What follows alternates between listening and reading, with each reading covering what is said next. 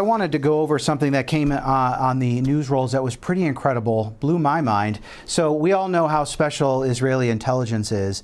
Well, the reports are out today that they hacked nearly all the traffic cameras in Tehran years ago.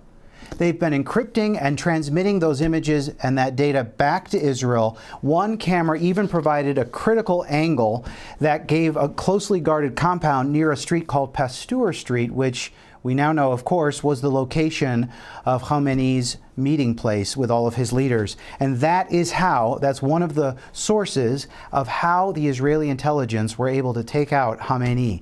The quote from one of the officials, and this is wild, he said, "We knew Tehran like we know Jerusalem, as well as you know the streets that you grew up on." That's how much information that they had that they were transmitting. Chris, this reminds me of, this reminds me of the pagers, right? Yeah. And Hezbollah. I mean, I'm just blown away by these guys. Yeah. There was also, years ago, there was a program that called Stuxnet, where they actually got into the centrifuges and they hacked the centrifuges where they would spin so fast they would destroy themselves.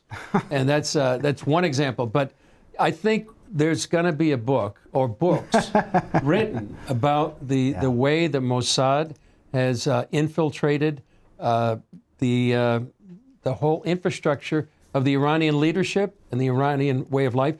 Just a few years ago, there was another time when the Mossad went in and stole nuclear secrets from an Iranian neighborhood and got them out.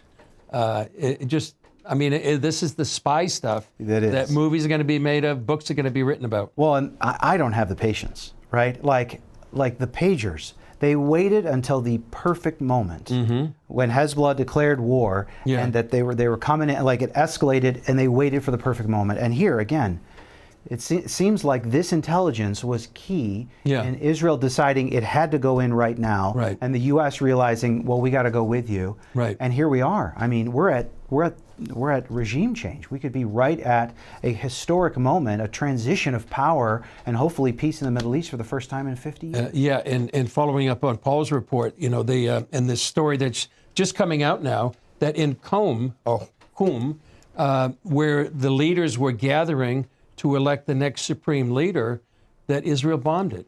So you wonder if this is that next tier of leaders that was going to elect the next supreme leader, who's going to be left? They keep bombing the IRGC headquarters, and we'll get more, I'm sure, information about this. So this is a major development. Major development. Well, at some point, when you go down enough layers of leadership, somebody's going to be like, you know what?